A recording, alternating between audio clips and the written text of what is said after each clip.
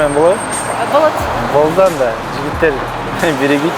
Я вышел на охоту. Сен менен таанышсалар болобу? Познакомиться можно? Познакомиться? Ну, вечером куда-нибудь сходим в кино, там, романтика. Өзүңдү даанабай сезип алгам.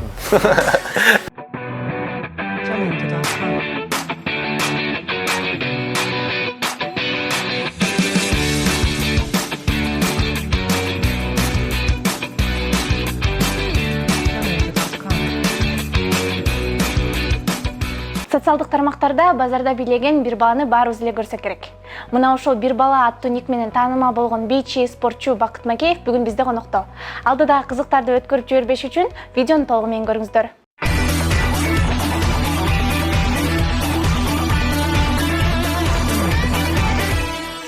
Саламатсызбы, кош келдиңиз. Здрасте. Биз биринчи эле баштаганда эле ушундай бир тапшырма оюн менен баштайбыз. Анан биздин биринчи оюнубуз жылдыздын баскан жолун 30 секундада айтып бер деп аталат. Сиз өзүңүздүн баскан жолуңузду өзүңүз тууралуу кыска 30 секунд ичинде айтып бергенге жетишиңиз керек. Хорошо. Баштадык. Меня зовут Бакыт, я начинающий блогер. Вот, и сейчас нигде не работаю, занимаюсь только блогерством.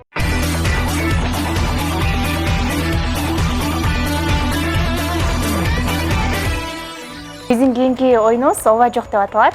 Мен сизге суроолорду берем, сиз аларга кыскача ооба же жок деп бат-баттан жооп бергенге аракет кылышыңыз керек. Даярсызбы? Да. Анда баштадык. Сүйлөшкөн кызыңыз таштап кеткенине өкүнөсүзбү? Жок. Таанымал болуу ийгиликтерди алып келет бекен? Таанымал болгон ийгиликтерди алып келет экенби? Известность. Приносит успех? Да. Өзүңүздү жылдызмын деп эсептейсизби? Жок. Азыркы учурда Элиза менен кыз жигитсиздерби? Бат-баттан ооба же жок деп жатышыңыз керек. Видеолорду атайын хайп жаратуу үчүн тартасызбы? Жок. Мектепти сагынасызбы?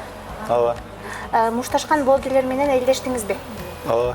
Апаңыз менен урушуп кетип тааныткан учурлар болду беле? Ооба.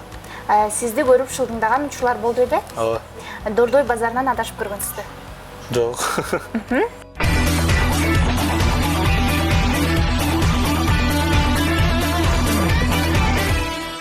Атактуулук ийгиликтерди алып келет дедиңиз. Өзүңүздүн тажрыйбада кандай ийгиликтерге ээ болдуңуз ушу атактуулуктун артынан? Мурда атактуу болгонго чейин эмнелер жок эле, эмнелер бар эле, атактуулуктан кийин эмне өзгөрдү? Билбейм. Бартер менен тамак жеп калдым. Андан дагы башка кандай плюстары же болбосо минустары бар экен?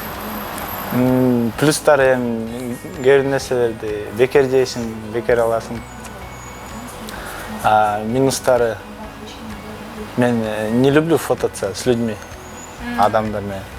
Вообще негизи. Сүрөткө түшөлү. Анан сүрөткө түшпөйм десем мени жаман көрүп калышат да.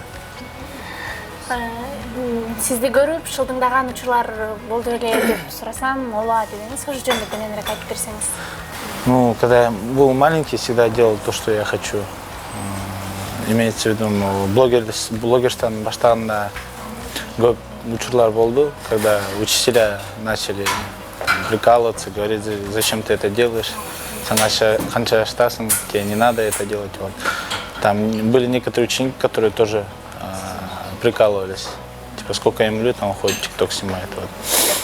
Но потом, когда я уже в ТикТоке набрал количество подписчиков, вот эти дети, которые прикалываются, они стали фанатами моими. Ну что, эжелерде иногда жазып калышат, ты молодец, деп. Но я не читаю их сообщения. ТикТок үчүн жумушуңуздан айрылыпсыз, тааныштарыңыздар, досторуңуздар дагы кетип таштап кетип калыптыр. Анан ушул досторуңузду, жумушуңузду тандабай, ТикТокту тандап кетүүгө сизге эмне себеп болду? Өкүнбөйсүзбү? Жок, өкүнбөйм. Анткени себеби деген жаккан нерсени жасайын деп баштадым. Потому что мен билбейм, может, эртең өлүп калам. А потом сидеть в старости лет и жалеть то, что я не делал, то, что я хотел. Ошондой өкүнүп калдым да. А так я проживу жизнь, как я хочу.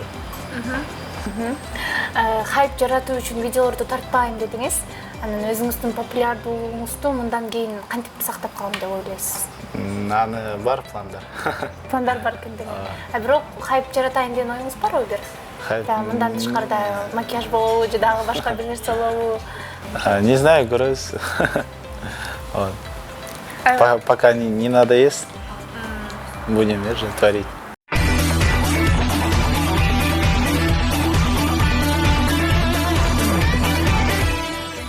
Ал эми азыр ушу бийлер жөнүндө сурагым келип турат. Кичинекей кезиңизде ушу бий сабактарын алгансызбы же өзүңүздүн эле талантыңызбы ушундай? Жок, мен никогда не ходил на танцы. Имеется в виду, ходил месяц-два, это максимум было. Андай өзүм эле үйрөнгөм, ютубтан карап эле. Ушуга бийге кызыгып атайын үйрөнгөн самоучка болуп. Ооба. Жакшы экен. Анан спорт менен бийди кантип экөөнү чогуу алып кетип жатасыз? Спортто мушташуу, аябай мындай серьезный, анан бир карасаңыз кайра бийлеп жүрөсүз. Ошол экөөнү кантип чогуу алып кетесиз? Аны билбейм, просто нравится. Экөө тең жагат. Ой, экөө жагат. А эгерде сизде мындай бийди же болбосо спортто танда десе, кайсысын тандайт деңиз? Андай мен так бы не сделал бы. Спорт, би, это они же соседи. Разминкада эле бийлеп коем иногда. Азыр окуучуларыңыз менен сүйлөшүп, окуучулар жазып калабы? Ой, окуучулар менен даже тикток тартып калам иногда. Бирдеме аларга алып берип. Ошо с теми учениками, которые меня ненавидели в физрадан, ошолор менен жакшы сүйлөшүп калдым. Ушу азыр сизге директоруңуз макул, сен тикток тарта бер, мектепте иштей бер десе, кайра барат белеңиз?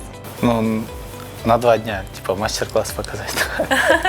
А кайра мурдакыдай мугалим болуп кирбейт болчусуз. Анан мектепте кандай мугалим элеңиз? Мындай строгий, болуу чуркаа кылабы же болбосо кааганыңарды кыла бергиле? Строгий болчумун. Ошон үчүн да кечикпей требовал, чтобы не опаздывали, были в форме. Анан приседание берип, отжимание берип балдарга, кыздарга. Ушундай бир строгий агай болсун да.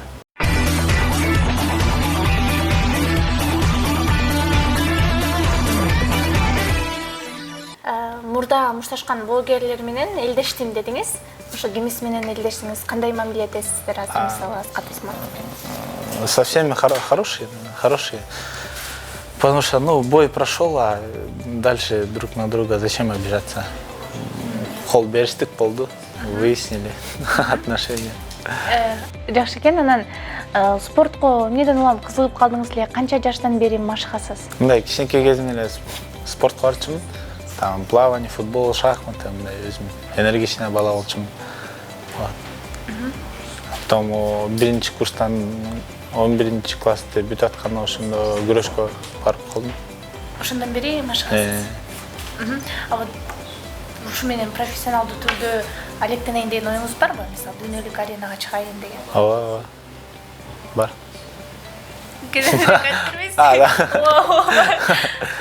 Ну да, есть планы выйти. Бирок биринчи Казакстанда да бар соревнования. Я пока перевожу, труба торможу с кыргызского на русский. Орусча алыштырып айтырмыз. Хорошо. У нас в Казахстане намечались некоторые бои. Вот. Анан ошо контракт түзүлбөй калды да, ошо казакский блогерлер менен. Ырчы Кудайберди Айтбосунов менен мушташ болгондот, бой болгондот, анан ошого даярдыктарыңыз кандай? Кайсы жерде, качан болду? Негизи ММАдан мы должны были выступить, но так получилось, что выйдем по боксу. А я боксом не занимался. Көрөбүз. Главное, красивый бой покажем. Профессиональный түрдө. Качан, кайсы жерде болот? Ошо жөнүндө да кененирээк айтып берсеңиз. Аны канаттан сурап Канарбек өзүм Данабай сезип алган. Элиз Айым менен кыз жигитсиздерби десем, аябай күлүп, көпкөлүнүп, анан жок деп жооп бердиңиз. Ошо жөнүндө кененирээк айтып берсеңиз, сиздер досуңарбы же болбосо иш мамилеси кандай? Мындай, можно на данный момент мы друзья пока, доспуз, а потом уже видно будет. Экөөңүздөр кантип таанышып калгансыздар? Экөөбүз бутиктен таанышып калганбыз. Ошол жактан мага характерин көрсөтүп, анан жакпай калган да мага. Өзүнчө звезда сезип алганмын деп. А потом, короче, через месяца 2 или 3 мы с ней увиделись в бутике, когда мы ехали в каньоны. Она была с подругой, вот. И там, короче, мы начали общаться, там же и тикток сняли. И вот оттуда дружба началась.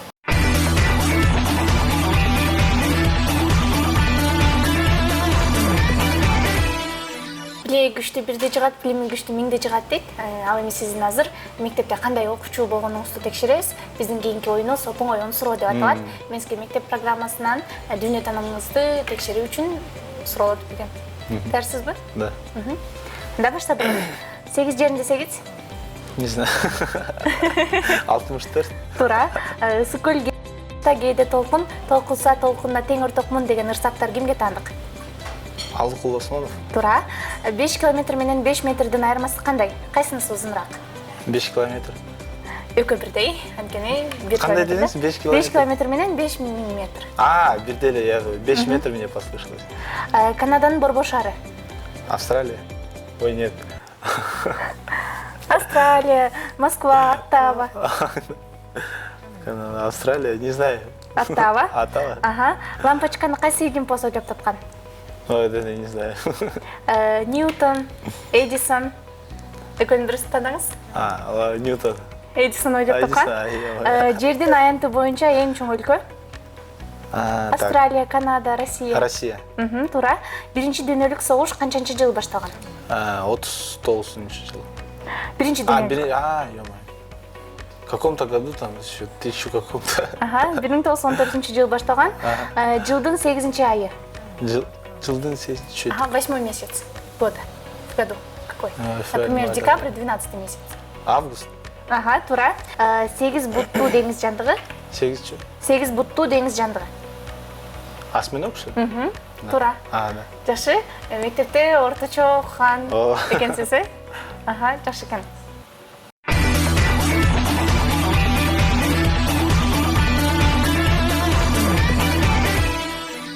Эми биздин азыр кийинки тапшырмабыз таанышуу деп аталат. Сиз көчөдө басып бараткан эки кыз менен таанышып, алардан номерин алышыңыз керек. Балдар менен болобу? Болот.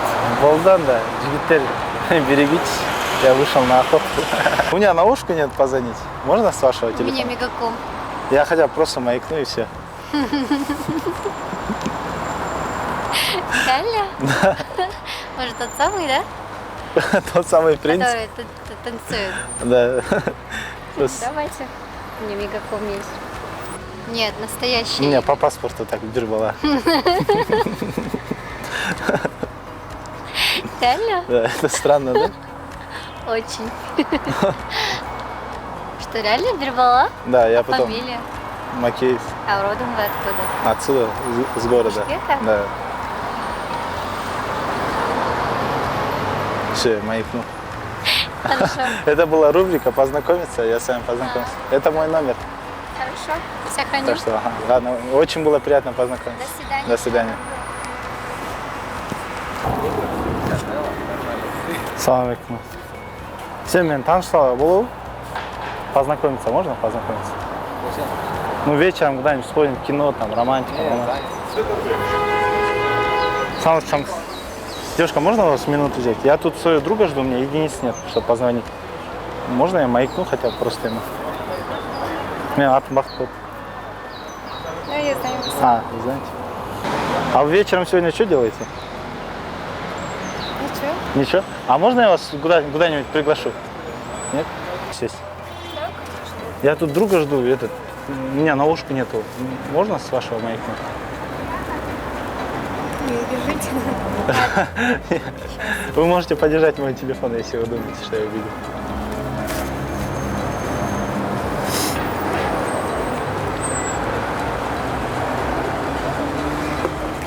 А меня зовут Бахыт, вас как зовут? Джамиля. Джамиля, очень приятно. А вы где-то учитесь? Да, я волца. В АУЦА учитесь? Понятно. Все, первый, второй курс? Второй курс. Второй курс. А вы? Я закончил Да, понятно. учебу. Кстати, сегодня вечером что-нибудь будете делать? У вас есть какие-то посиделки с друзьями?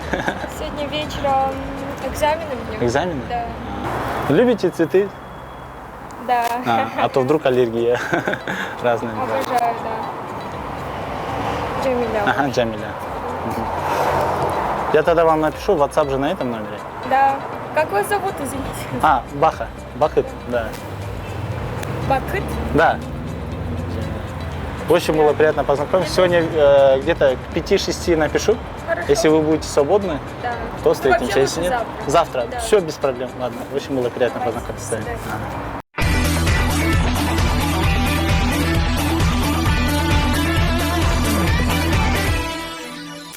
убактыңызды бөлүп, бүгүн бизге кызыктуу маек куруп бергениңиз үчүн терең ыраазычылык билдиребиз. Ишиңизге ийгилик каалайбыз. Рахмат Сокол медиа порталына чакырганыңыз үчүн.